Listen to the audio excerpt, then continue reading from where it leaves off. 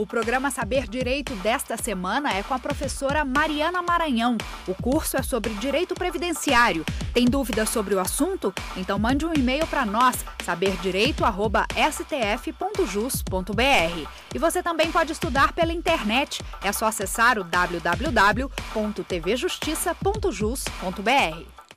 Olá, sou a professora Mariana Maranhão.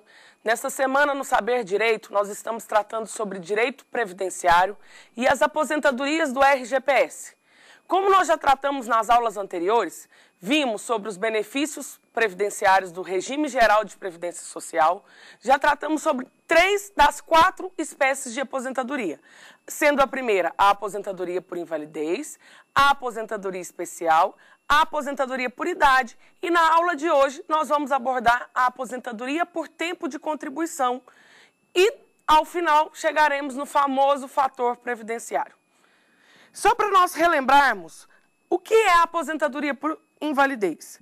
É um benefício que ele é concedido aos trabalhadores que, por doença ou acidente, forem considerados pela perícia médica do INSS incapacitados de forma permanente e sem possibilidade de reabilitação.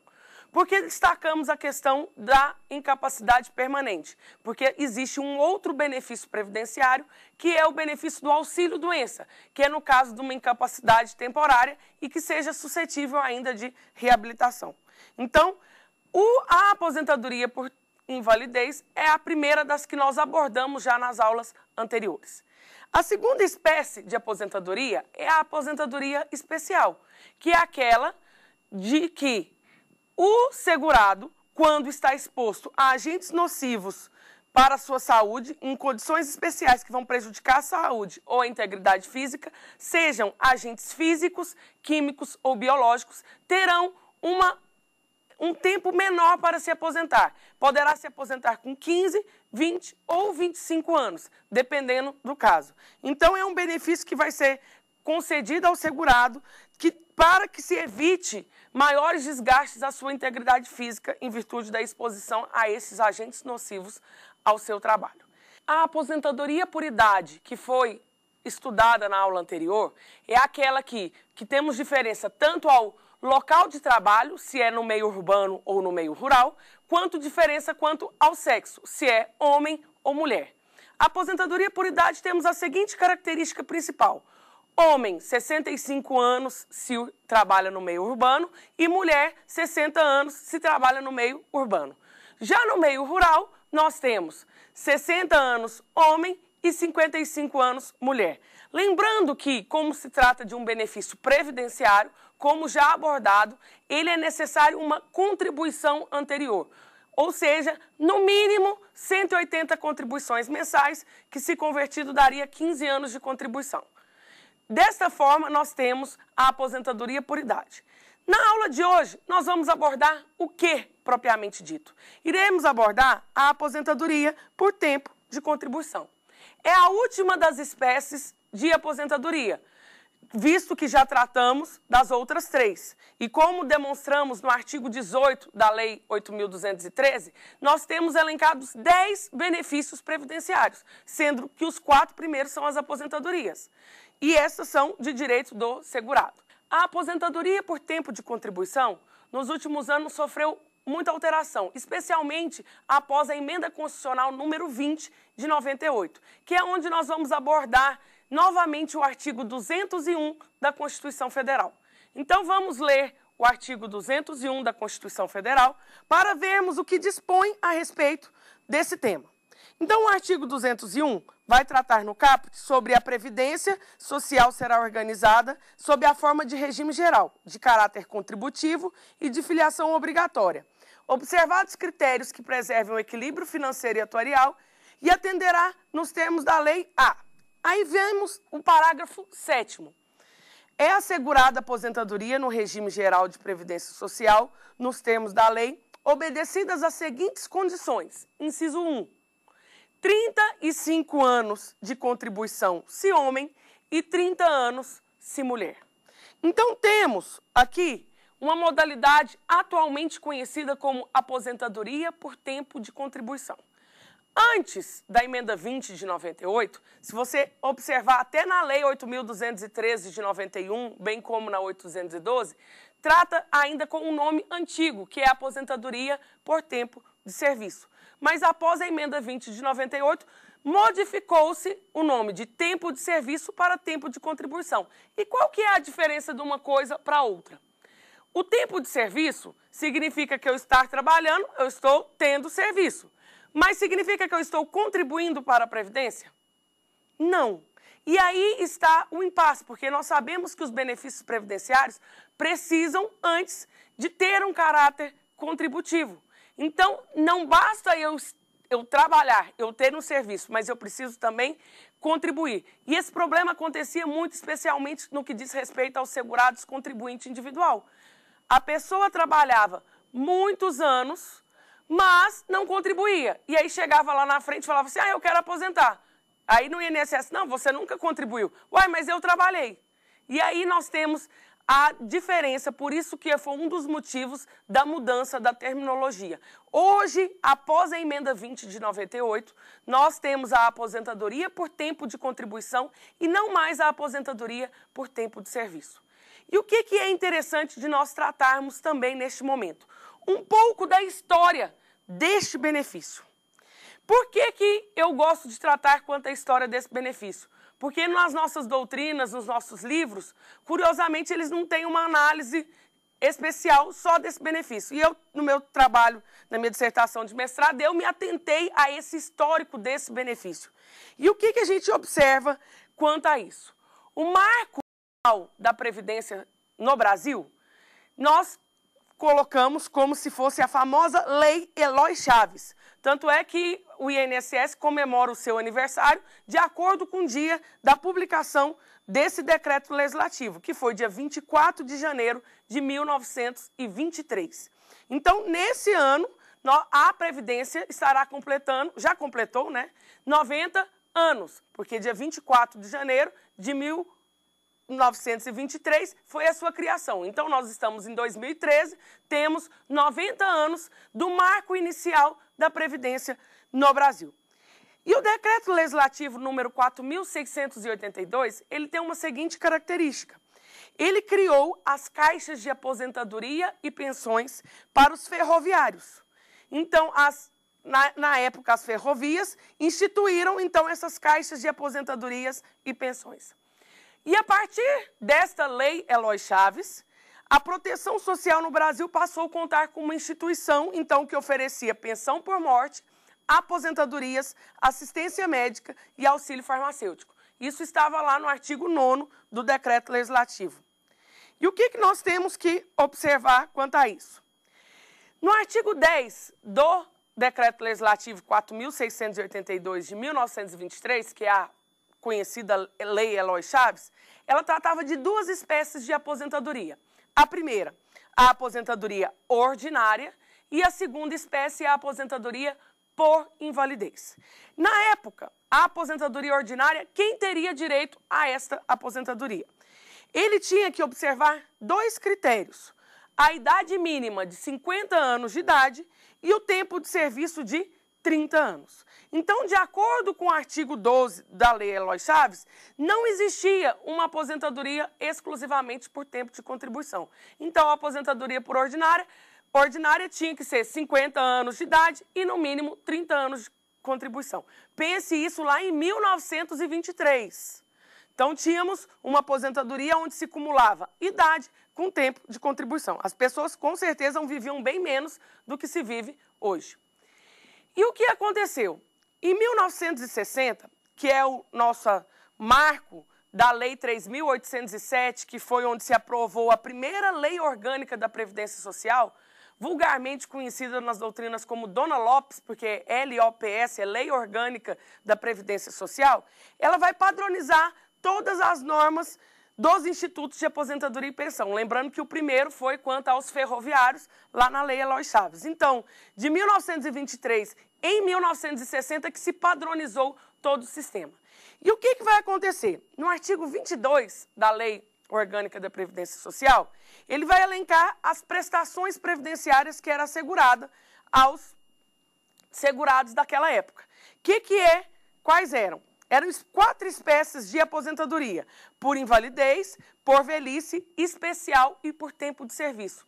Uai, muito semelhante ao que nós temos até a presente data. A única diferença é que a gente não fala mais em aposentadoria por velhice, e sim por idade. E hoje nós mudamos, a partir de 98, o tempo de serviço deixou de ser tempo de serviço e tornou-se tempo de contribuição. Outra curiosidade nessa lei de 1960, a Lopes.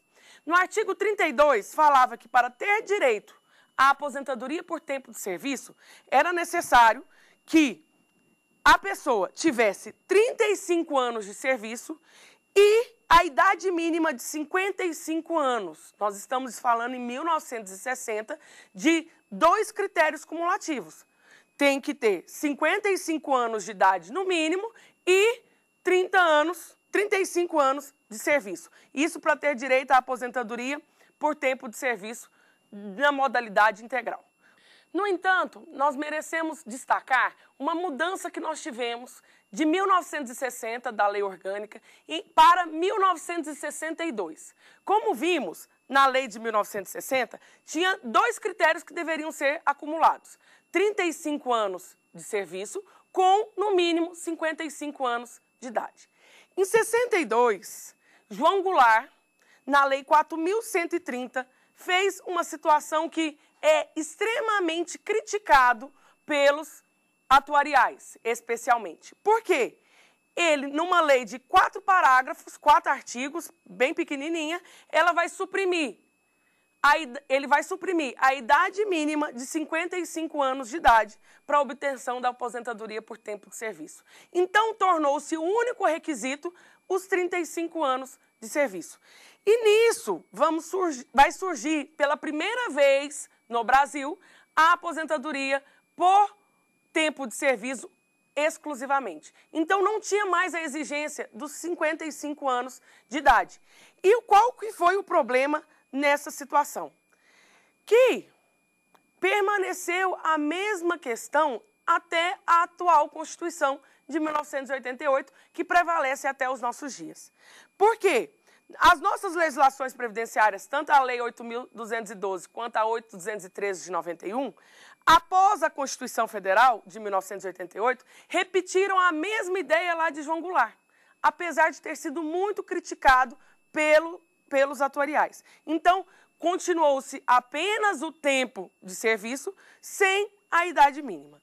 Então, a única alteração que tivemos, em virtude da emenda constitucional número 20 de 98, foi a alteração do nome de aposentadoria por tempo de serviço para, atualmente, aposentadoria por tempo de contribuição. Sabe-se que, na época da aprovação da emenda 20 de 98, ao se ler o artigo 201, parágrafo 7º da Constituição, a gente observa que nós temos 2 incisos, que está assim: é assegurada a aposentadoria no regime geral de previdência social, nos termos da lei, obedecidas as seguintes condições. No inciso 1, vai tratar do tempo de contribuição, que foi o que nós lemos no início da aula. 35 anos de contribuição se homem e 30 anos de contribuição se mulher.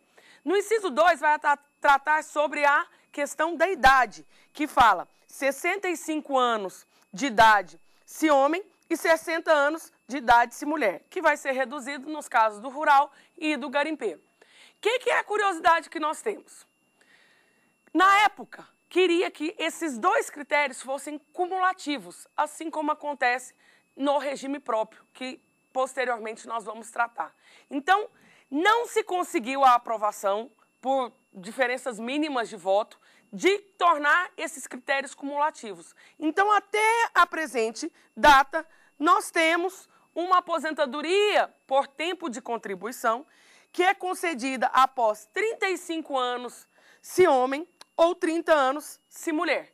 Então, esses que foram ingressos no regime geral de previdência após a emenda 20 de 98, cumprido 35 anos se homem e 30 anos se mulher, terá direito à aposentadoria por tempo de contribuição. Uma outra questão que nós devemos destacar é o parágrafo 8º, também do artigo 201. Por quê? O parágrafo 8º, ele vai tratar Os requisitos a que se refere o inciso 1 do parágrafo anterior, ou seja, os requisitos para aposentadoria por tempo de contribuição, serão reduzidos em 5 anos para o professor que comprovar exclusivamente tempo de efetivo exercício nas funções de magistério na educação infantil e no ensino fundamental e ensino médio. Nós temos aqui uma aposentadoria reduzida em 5 anos para os professores. Lembrando que são os professores de ensino fundamental, ensino infantil e ensino médio. O ensino superior, ele não entra nessa redução. Muito se brinca com relação a essa redução. As crianças e os adolescentes são agentes nocivos à saúde para se ter uma aposentadoria especial do professor? Não, não são, mas isso aqui é em virtude do desgaste físico da sala de aula para essas idades. A Constituição houve por bem dar essa redução de idade para essa categoria de professores. Nesse sentido, então, nós temos a nossa 4ª espécie de aposentadoria já iniciada. Por quê? Já tratamos da aposentadoria por invalidez, já tratamos da aposentadoria especial, da aposentadoria por idade e agora nós estamos tratando da aposentadoria por tempo de contribuição, que nos termos do artigo 201 da Constituição são os seguintes critérios: 35 anos se homem, 30 anos se mulher, de contribuição. Lembrando que caso seja professor de ensino infantil, fundamental ou médio, terá 5 anos reduzidos. Ou seja, professor, 30 anos, professora, 25 anos. Então, nós temos uma redução estabelecida na nossa Constituição para os professores. Neste momento, eu gostaria de escutar a pergunta que nós temos a respeito dessa modalidade de aposentadoria. Olá, professor. Meu nome é Isabel Mello. Eu gostaria de saber se no RGPS existe idade mínima para se aposentar por tempo de contribuição. A pergunta da aluna tem muito a ver com o que nós estamos tratando, quanto à idade mínima para aposentar-se no regime geral de previdência social. Lembrando que nós estamos tratando da aposentadoria por tempo de contribuição no regime geral de previdência social. Porque o regime próprio, que são dos servidores públicos, desde a emenda 20 de 98, as regras são diferentes.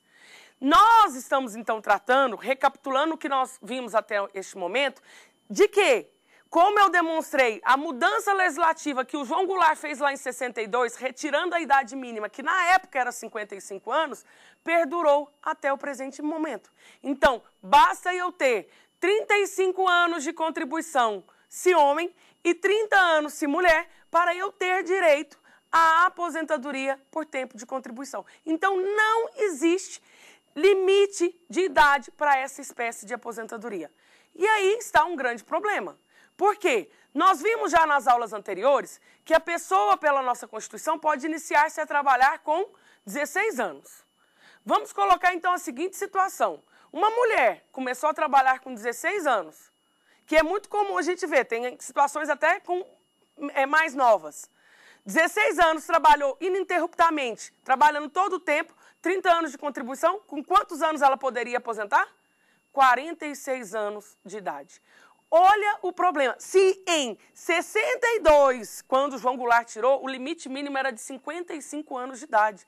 Vamos pensar na época da expectativa de vida do brasileiro, na época. A expectativa de vida do brasileiro à época era, eu acho que não ultrapassava nem os 65.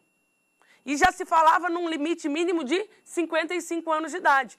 Hoje, que nós temos uma expectativa de vida de mais de 74 anos, nós temos aposentadoria com apenas 30 anos de contribuição se mulher e 35 anos se homem.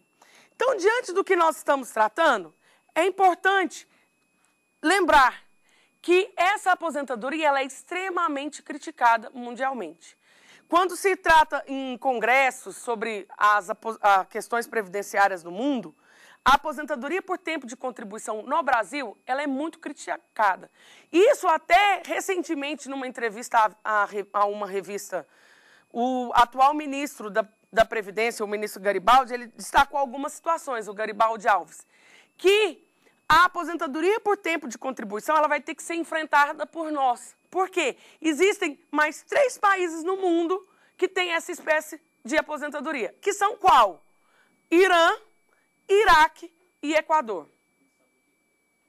Então, nos outros países que não sejam Irã, Iraque, Equador e Brasil, não existe essa modalidade de aposentadoria exclusivamente por tempo de contribuição.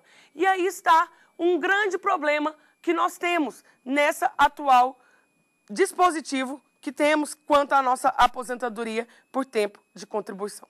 É importante destacarmos que a Emenda Constitucional 20 de 98, ao mudar a aposentadoria de tempo de serviço para tempo de contribuição, ela também extinguiu a antiga aposentadoria proporcional por tempo de serviço. Porque antes da Emenda 20 de 98, existia a possibilidade do homem aposentar-se com 30 anos de forma proporcional e a mulher aposentar-se com 25 anos de forma proporcional.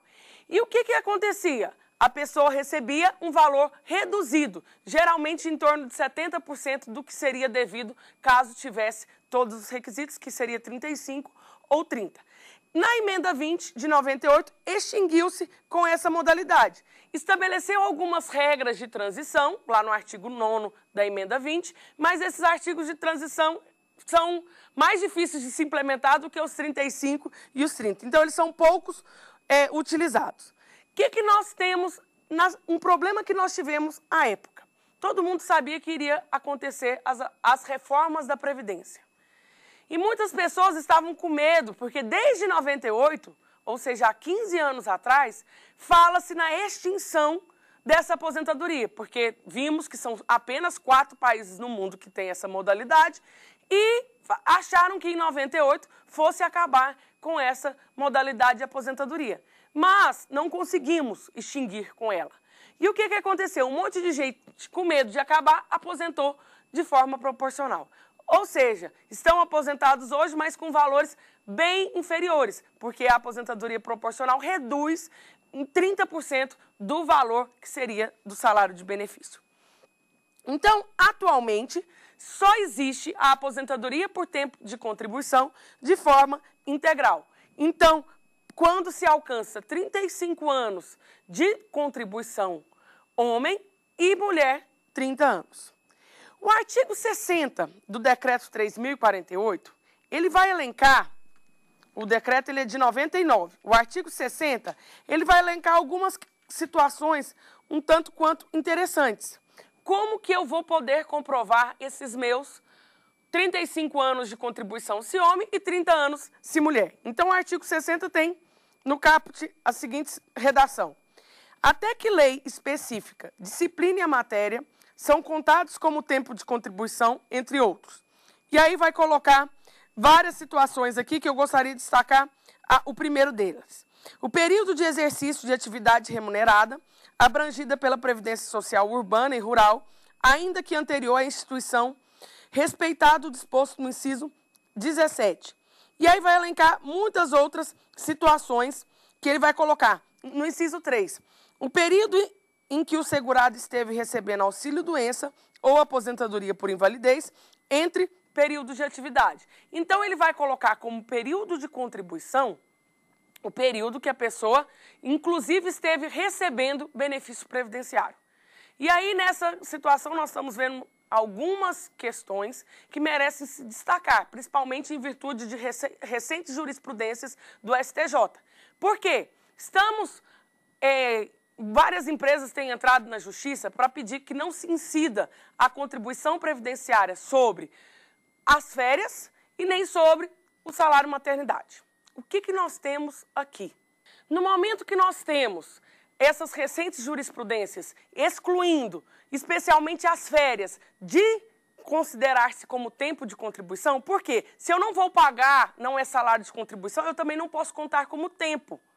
E olha o grande problema que nós estamos criando para o futuro, mas isso aí são problemas futuros. Se pacificar mesmo esses entendimentos atuais do STJ, que provavelmente deve chegar ao Supremo para análise, vai ser o seguinte: vamos retirar de 12 meses que nós temos por ano, um mês que é de férias, não se vai contar mais como tempo de contribuição. Então, no final das contas, nos seus 35 anos, homem, ele vai aumentar significativamente, porque para cada 12 meses nós vamos perder um. Então, no final das contas, os 35 anos aproxima-se a 38, já que se não for para contar o período das férias como salário de contribuição. Então, estou colocando algumas indagações, porque já que são recentes jurisprudências que nós estamos tendo a nível do STJ até o presente momento, é importante a gente destacar essa problemática. Por quê? 35 anos de contribuição, desde a emenda 20, é assim. Não é mais 35 anos de serviço. Então, se as férias não for considerada como tempo de contribuição, então cada mês que você gozar de férias, você vai ter um problema, porque no final das contas vai ter que aumentar um mês lá na frente para você poder se aposentar. Então, temos essa situação. Uma outra situação que é importante a gente tratar: como eu posso comprovar o meu tempo de contribuição? O tempo de contribuição, caso você não consiga elencar esses documentos que estão listados aqui no artigo 60, existe uma modalidade chamada justificação administrativa, que é um início de um processo administrativo que está previsto aqui no artigo 55, parágrafo 3º, da Lei 8.213, que vai tratar sobre a seguinte situação. O que é importante a gente vislumbrar nesse momento? Então, o artigo 55, parágrafo 3º, ele fala assim: a comprovação do tempo de serviço para os efeitos dessa lei, inclusive mediante justificação administrativa ou judicial, conforme o disposto no artigo 108, só produzirá efeito quando baseada em início de prova material, não sendo admitida prova exclusivamente testemunhal, salvo na ocorrência de motivo de força maior ou caso fortuito, conforme disposto no regulamento. Então, nós temos aqui um processo administrativo que é feito junto ao INSS, chamado de justificação administrativa. E essa justificação administrativa é justamente para eu conseguir comprovar o meu tempo de contribuição. Antigamente, quando a aposentadoria que existia era somente a aposentadoria por tempo de serviço, era pouco utilizado esse recurso que já está previsto aí na lei desde 91. Mas, após a necessidade de eu comprovar o meu tempo de contribuição desde a época para hoje conseguir uma aposentadoria, esse meio tem sido cada vez mais utilizado, tanto em esfera administrativa como na esfera judicial, que é uma forma de você comprovar o tempo de serviço. O que é importante nós tratarmos mais quanto à nossa aposentadoria por tempo de contribuição? Vamos lembrar das outras aulas que já tivemos nas aposentadorias, que é o que diz respeito ao salário de benefício. Como é o salário de benefício da aposentadoria por tempo de contribuição? Ao lermos o artigo 29, no inciso 1, temos a seguinte afirmação: o salário de benefício consiste, para a aposentadoria por tempo de contribuição, na média aritmética simples dos maiores salários de contribuição correspondentes a 80% de todo o período contributivo, multiplicado pelo fator previdenciário. Assim, nós temos a aposentadoria por tempo de contribuição e a sua fórmula de cálculo para apurar o valor deste benefício dessa aposentadoria. Já que com 30 anos ou 35, vamos então colocar, como eu coloquei antes, a mulher com 46 consegue estar aposentada. O homem com 51, começou a trabalhar com 16 mais 35, 51 anos. Então, estaria indo lá no INSS para requerer a sua aposentadoria. Vai chegar lá e falar assim, ó, tenho 35 anos, está aqui comprovado. Vai pegar o quê? 80% dos maiores salários de benefício do período contributivo, desde quando? Já destaquei que aqueles filiados antes de julho de 94, desde julho de 94 até o dia do requerimento do benefício. Mas os que se filiaram ao regime geral de previdência posteriormente, serão aqueles que poderão, vai requerer da data do implementação do benefício até o dia que ele fez a sua inscrição no regime geral. Então, o que nós temos que analisar nesse presente momento? Que o 80% dos maiores salários de contribuição de julho de 94 para cá, no caso que eu coloquei do homem com 51 anos de idade aposentando. Mas ele vai aplicar obrigatoriamente uma coisa que é tão temida por todos nessa aposentadoria, que provavelmente, se o homem tiver interesse de continuar trabalhando, ele vai rejeitar a aposentadoria na hora. Por quê? Aplicado o fator previdenciário.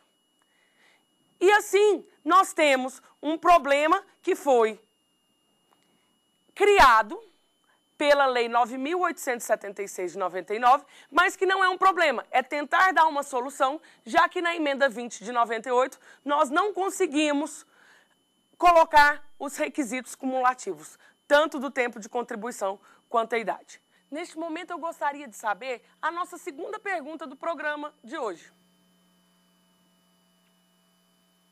Olá, professora, meu nome é Sara Rayane e minha dúvida é: o que é fator previdenciário? E eu tenho certeza que essa dúvida da Sara Rayane não é só dela. Porque todo dia a gente escuta em noticiários, é Jornal Nacional, é o que for, o que é fator previdenciário? Fator previdenciário é uma fórmula um tanto quanto complexa para incluir no cálculo da aposentadoria por tempo de contribuição. Especialmente, nós vimos já na aula passada que o fator previdenciário, ele também é utilizado na aposentadoria por idade se for para beneficiar o segurado. Se não for, não será utilizado. Ele é utilizado de forma facultativa na aposentadoria por idade. Já na aposentadoria por tempo de contribuição, ele é de uso obrigatório. E o que é o fator? Vocês vão ver aí na tela a fórmula do fator previdenciário. E eu faço questão de colocar em tela para vocês não se assustarem, porque quando vemos essa fórmula, nós falamos, nossa, o que é isso? Quanto número? Eu não dou conta de fazer esse cálculo. Principalmente os estudantes de direito falam assim, nossa, eu não gosto da matemática. Mas a fórmula do fator previdenciário, ela é composta especialmente de 3 elementos. Que quando você observar o TC é igual a tempo de contribuição. Então, qual foi o tempo de contribuição desse segurado? A é a alíquota, que é uma alíquota fixa de 0,31. S é a expectativa de vida do brasileiro. Essa expectativa de vida do brasileiro, ela é com base nos dados do IBGE, na tábua de ambos os sexos. Então, temos uma expectativa de vida do brasileiro levada em consideração nesse cálculo. A outra incógnita que nós temos é o ID. ID é o quê? É a idade do segurado no momento dele requerer a aposentadoria. Então, são esses 3 elementos que nós temos especialmente, que seria o tempo de contribuição, a expectativa de vida do brasileiro e a idade no momento que se requereu a aposentadoria, que você vai fazer o cálculo do seu fator previdenciário. Então, o que é o cálculo do fator previdenciário? O artigo 32 do Decreto 3.048, ele traz essa fórmula que está em tela aí para vocês. E vai dispor o seguinte no parágrafo 11. O fator previdenciário será calculado considerando-se a idade, a expectativa de sobrevida e o tempo de contribuição do segurado, ao se aposentar, mediante a fórmula que vocês estão vendo em tela. Então, qual que é o objetivo do fator previdenciário? O objetivo do fator previdenciário era justamente garantir o equilíbrio financeiro e atuarial que foi estabelecido lá no artigo 201 da Constituição, logo após a emenda 20 de 98. Por quê? O sistema, o orçamento da Seguridade, ele tem que ter um equilíbrio financeiro e atuarial. O que significa isso? Eu tenho que levar em consideração os cálculos próximos e os ao longo dos anos, porque sabemos que os benefícios previdenciários, eu contribuo hoje para eu usufruir daqui muitos e muitos anos. Então, ele trata-se de um sistema intergeracional, que nós temos que levar em conta a quantidade de pessoas que estão contribuindo, quantas que estão se aposentando, quantas que estão nascendo, e a gente sabe que, atualmente, nós temos uma expectativa de vida cada vez maior, todos os anos sobe a expectativa de vida do brasileiro, ainda bem, significa que a saúde do brasileiro está melhor, mas também temos visto que o nascimento, as taxas de natalidade têm caído. Hoje, a taxa de natalidade do brasileiro não chega nem a 2 crianças. Então, está menos de 2. Então, nós temos que analisar um equilíbrio financeiro e atuarial. Seria isso. O financeiro é o de curto prazo e o atuarial de médio e longo prazo. Então, lá no artigo 201 da Constituição, no caput mesmo, a gente já leu ele várias vezes, mas sempre é bom a gente relembrar, que vai falar da Previdência Social será organizada sob forma de regime geral, de caráter contributivo e de filiação obrigatória, observados critérios que preservem o equilíbrio financeiro e atuarial. E vai atender os termos da lei que está aqui. Então, o fator previdenciário foi criado justamente para observar esse equilíbrio financeiro e atuarial. Sabe-se que, na época, na criação do fator previdenciário, justamente buscava-se se desestimular as aposentadorias precoces. Eu coloquei o caso do senhor com 51 anos indo ao INSS e requerendo aposentadoria. Na hora que fizer o cálculo dele do fator previdenciário, com certeza vai dar um valor um tanto quanto reduzido do que ele teria direito. E aí ele olha aquele valor e fala assim, não, mas eu não quero aposentar agora não, vou continuar trabalhando. Ótimo, ele fez inicialmente uma opção sábia. Mas as pessoas fazem isso? Muitos nem se atentam ao cálculo. Já vai lá, requer, aí chega a cartinha na carta dele, acha ótimo lá poder, principalmente porque no momento da aposentadoria você pode levantar o FGTS. Eu conheço pessoas, tem processos inclusive na justiça, porque a pessoa só quis aposentar para levantar o FGTS e não pensou que ele ia ficar aposentado o resto da vida com aquele valor. Então, temos o fator previdenciário, então, queria justamente desestimular. Mas aconteceu isso, o desestímulo. A gente sabe que muitas vezes as pessoas aposentam-se e continuam trabalhando. E o que acontece? Essa pessoa que continua trabalhando, ela tem que continuar contribuindo? Sim, inclusive a nossa legislação, no artigo 11, no parágrafo 3º da Lei 8.212, destaca essa obrigação do aposentado. Vou ler para vocês o parágrafo 3º do artigo 11. O aposentado pelo Regime Geral de Previdência Social, RGPS, que estiver exercendo ou que voltar a exercer atividade abrangida por esse regime, é segurado obrigatório em relação a essa atividade, ficando sujeito às contribuições de que trata a Lei 8.212, de 24 de julho de 91, para fins de custeio da Seguridade Social. Então, a pessoa optou-se por aposentar por tempo de contribuição, mesmo com a incidência do fator previdenciário, e vai continuar contribuindo, porque a lei obriga que mesmo o aposentado, ele tem que contribuir.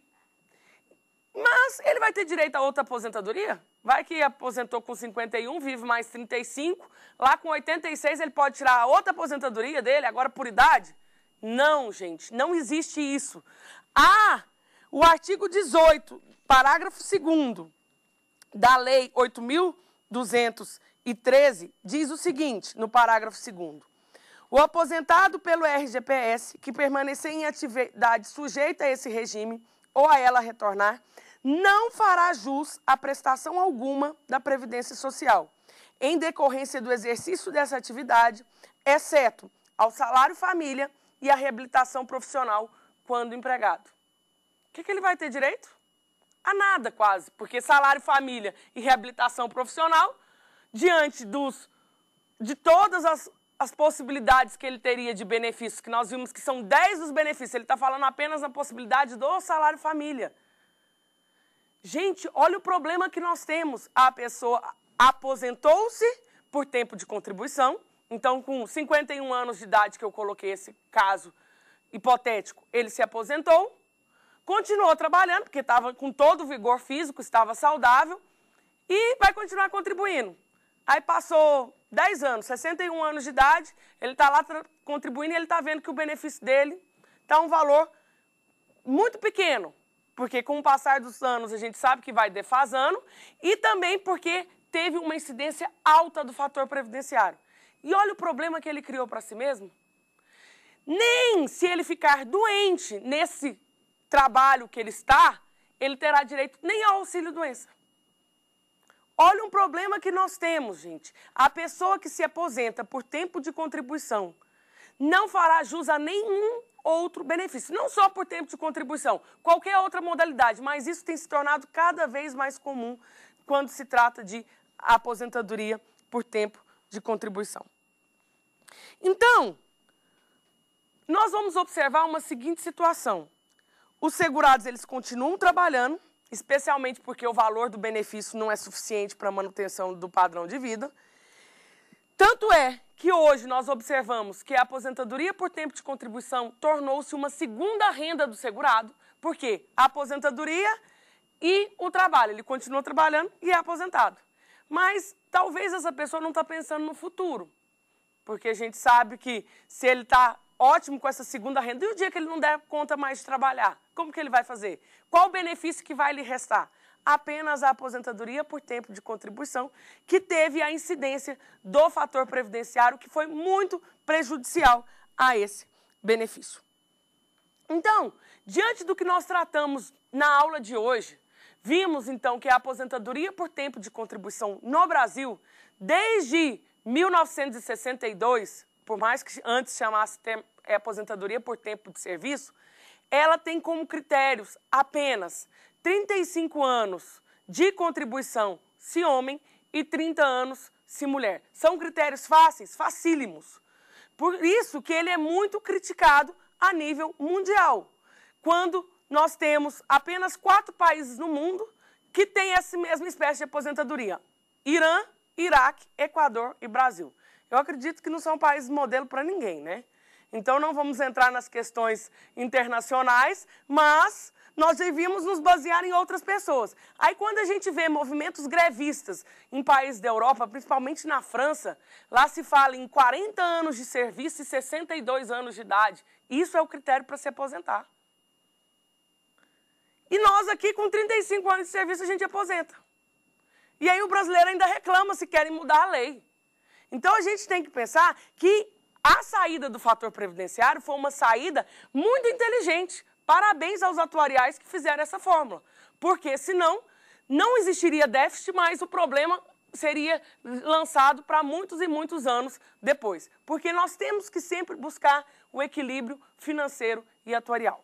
Então, na aula de hoje, nós temos essa visão dessa nossa última espécie de aposentadoria, que foi a aposentadoria por tempo de contribuição.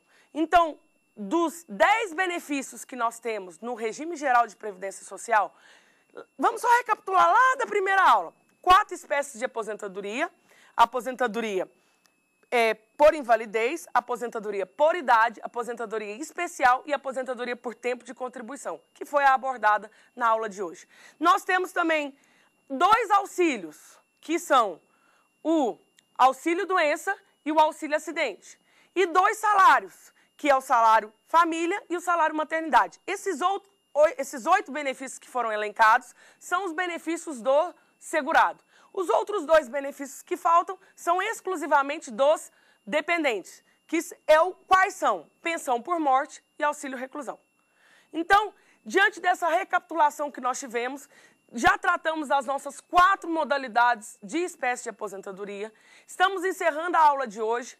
Foi um prazer enorme estar com vocês. Espero contar com vocês na próxima aula, onde vamos estar tratando de novos institutos que surgiram em virtude dessa figura da aposentadoria por tempo de contribuição e o fator previdenciário. Então, até mais e eu espero vocês.